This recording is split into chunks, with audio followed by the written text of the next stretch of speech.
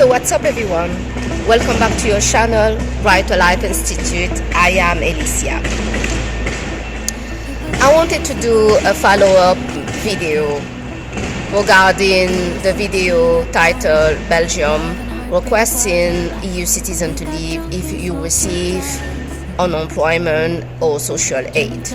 I received many comments and contacts regarding this video, and some of the comments that people have left on the video is, this is nonsense. What this video is saying, it's not happening, it doesn't exist. And I kind of appreciate actually the comment, because it actually confirms why the video need to be made. Like those people, I absolutely could not imagine that EU citizen inside the European zone and living in a European country, part of the EU, will have some kind of problem. So I join in with those people that say, no, this is crap, this is not happening, this video is lying. But one thing's about anything that you hear online, it's easy to say this is not happening, this is crap. It's another matter when the people that see an information start to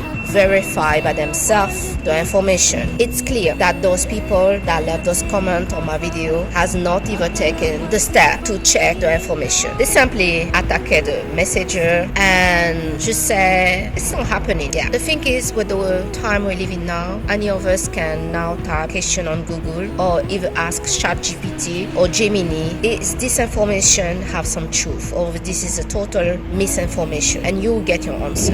If you ask Gemini or ChatGPT, can EU citizens lose their Droit de Sejour if they receive in CPAS money, if they receive long period of chômage in their 5 years arriving in Belgium with the EU card that is covering those 5 years, because you are more likely to have this problem with the card, the Belgium card, the ID card that is for the first 5 years. After that, they update your card and giving you a card, I think it's a F plus, something like that, that give you more right and you are more safe from this kind of thing.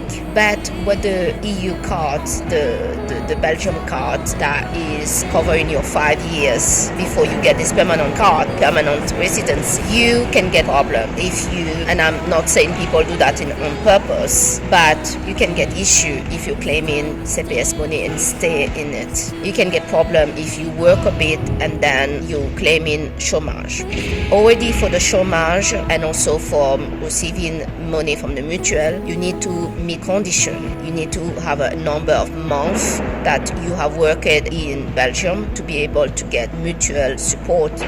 If you had an accident or you're sick or you made redundant or something like that, so you won't get it if you don't have the number of months. You won't get mutual support. So many people will go to the CPAS to get that aid, and the risk is when you ask the aid of the CPAS, you risk that the office of des Étrangers, the office, the IBs, consider that you are an unfair burden on the Belgium social service, so the Belgium state, who's a totally support, because Belgium used to have, before we get this new government, Arizona, maybe the only country in Europe, and I found it totally crazy for somebody that lived long time in the UK and also in part of America, where if you don't work, you don't get any kind of constant payment from the government. So Belgium is the only country before in Europe that used to have an unemployment, receiving unemployment benefit for life. This is crazy. This is not a good idea. This is dangerous. How is this happening? So some people are actually, it looks like they are the motivation to come to Belgium for some people is to enter this social aid. The social aid or any benefits are usually linked to taxpayer that pay the tax. So it's totally unfair that people that came from outside, no matter they are from a third world country or they are European citizens, they come to Belgium to just enter this CPS or other benefit and they have not contribute.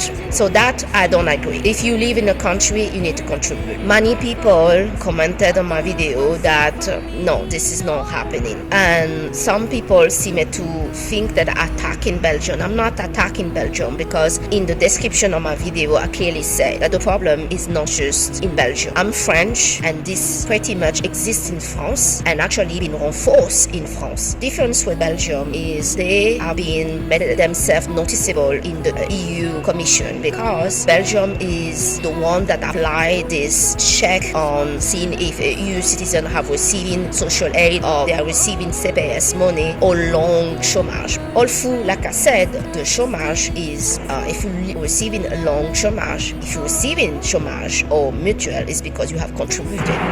So it's not the same problem. Here it's really about the people that are receiving CPAS money or any social aid money from Belgium, and you are in your 5 years with your 5 years card of ID card, you are at risk. What is the issue? Is the people are not informed of this risk when they get in CPAS money.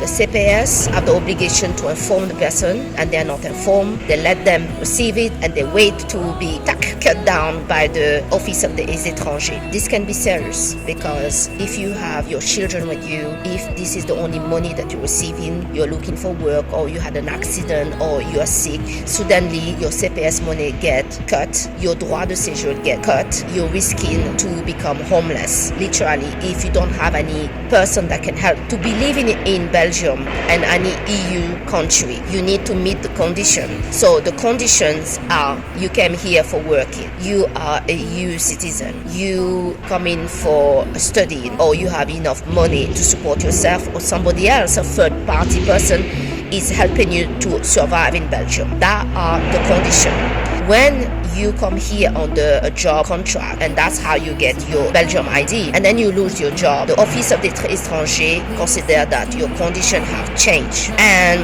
what is not correct is, EU citizens are protected by EU law under the directive of the EU law. So EU citizens do not lose their statute of worker just because they are not working. They have the right to come to Belgium and looking for work, but they have to show that they have enough money to support themselves. If your droit de séjour get cut, if you don't receive CPAS anymore, you can stay in Belgium looking for work. You can come to Belgium looking for work. You can come to Belgium to study. The problem is when those conditions that you came in and how you get your Belgium card change, So let me go back again to the example. You got your Belgium ID card because you got a contract, but for some reason you lost your job. So you lost your job and you're looking for work, or you got sick, got an accident or something, but you got an accident in the territory of Belgium. The issue for some people is when the IBs, the Office Étrangers, they contact you and they're not clear. They're not clearly telling you that this is linked to your droit de séjour. Some of us never heard about the IBs, the Offices d'Étrangers. So we don't know who they are. And they say, we want this document from you. Send us before, I think you have 30 days to send it. Otherwise, you're going to get issued. So you send what they ask from you. The issue, what happened to me, for example, they asked me some document, I gave it. I was studying, I was looking for work. I have an apartment in Belgium. I've been living here since 2020. And I also told them that my health got affected by two situations that happened to me in Belgium. So I was not well because of those situations. But they never asked me to provide my medical record. Medical record is not something you can give to anybody. Actually, you need to give them a special authorization for certain people to access your medical record. This is a sensitive data. So you cannot just send your medical record if they didn't ask for it. And they did not ask for it for me. So then they say, you say you're sick, blah, blah, blah, and you didn't send it. And then they cut my droit de séjour by not informing me. I only discovered that there was a problem on my droit de séjour because I requested a document, the composition de ménage, to the commune, and they told me you're radiated and we cannot give you a composition ménage. First I was shocked. I was like, radiated? What this mean? Blah, blah, blah. Yes. I already spoken about this in my first video. In this video, I want to confirm that this is really happening. This is not just a Belgian problem. The EU citizen can be requested to leave the territory of the EU countries if they no longer meeting the condition. the thing that the EU citizen need to know is, first, if you just discover, if you're in Belgium, you discovered your droit de séjour has been suspended or cancelled, usually suspended, and you were not informed, you have 1 month to enter a recours, so an appeal. Do it to the lawyer. More likely for the people that got the droit de séjour cancelled, these people or people that don't have a job and are not working. So if you don't have a job or you don't have mutual and you don't receive money from a mutual, because in Belgium one of the conditions as well, you need to pay a mutual. It's part of one of the conditions. Make sure that you do that. It's the same thing in France. So if you don't receive any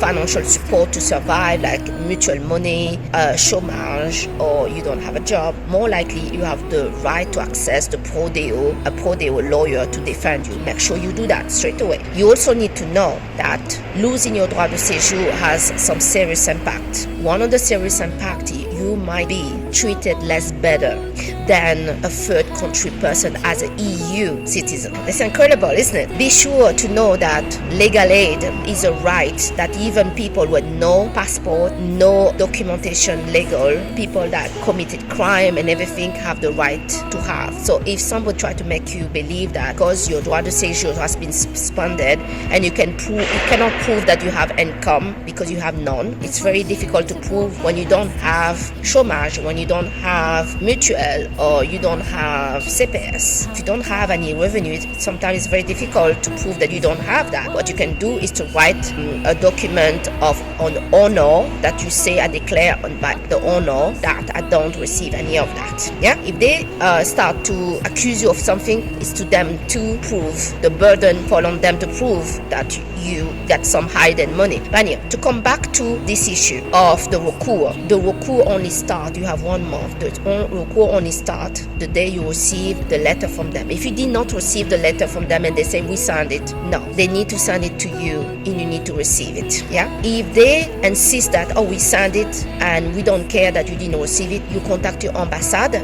Example, I'm French, I go to my French embassy. The French embassy will contact them and say, no, Madame did not receive her document, that to let her know why her droit de séjour was affected, because we need the reason. You have the right to receive their decision and to know why your droit de séjour is suspended. You have 1 month to do the recours, do it with a lawyer. Then make sure also that you are careful with certain immigration lawyers, because they're going to try to make you believe that, example, could be asked to leave the territory if you receive an Annexe 20. Know that Belgium or France or any country has no power to ask an EU citizen to leave the territory. They're going to try to make you believe that your doctor, your lawyer, the commune, they're going to try to make you believe that because your droit de séjour was affected, that you should not be in Belgium anymore. They have no power to make you leave the territory. Once your recours for your droit de séjour is sent, received, it's open, your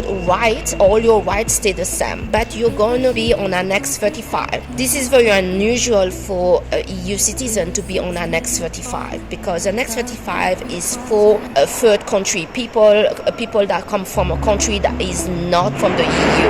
And they're going to ask you to pay €10 a month for this annex. Let me tell you the truth. If tomorrow you decide I'm not paying this annex anymore, this €10 every month, nothing is going to happen to you. But if you have some administration going, like example, you have a court against somebody, or you doing some administration work, you need to be in order, and to be in order you need to pay this Annexe 35. Alright? If you don't have that to do, then you don't need to. Also, you cannot register yourself to an address, have a domiciliation during that period, because no commune is going to give you a domiciliation. And you also could go to see a new lawyer, and some new lawyer will tell you, lawyer in immigration going to tell you, oh, we are going to apply for a new droit de séjour. For people that living in Belgium less than 1 year, it can be interesting because you have a new droit de séjour valid with the 5 years open. But make no mistake about it, this also could get struck down if you're still not on order, because how are you going to survive it? The way to fix the problem with the droit de séjour immediately is to find a job. Make sure you prep your CV, go find a job. When you find a job, you take the document of your contract of work and give it to the commune, and bam, your droit de séjour is fixed. But if you're struggling to find a job, then some lawyer going to say, let's apply for a new droit de séjour. If you were here for less than 1 year, it's interesting. But for people that were in their 3rd year living here, 4th year, and even worse, in the 5th year waiting for their permanent droit de séjour to be received, because when you receive and you apply for a new droit de séjour, all your history in Belgium is erased. Your recours is still there for the first droit de séjour. By the way, once you put the recours at the IBs, the Office du Contentieux for your droit de séjour, be prepared that this is going to go for a long time. Why does it go for a long time? Because the truth is they have no power to ask you to leave Belgium. Apart you did a crime, then you'll be requested to. And the way you can get your droit de séjour totally cancelled is if you apply again for CPAS.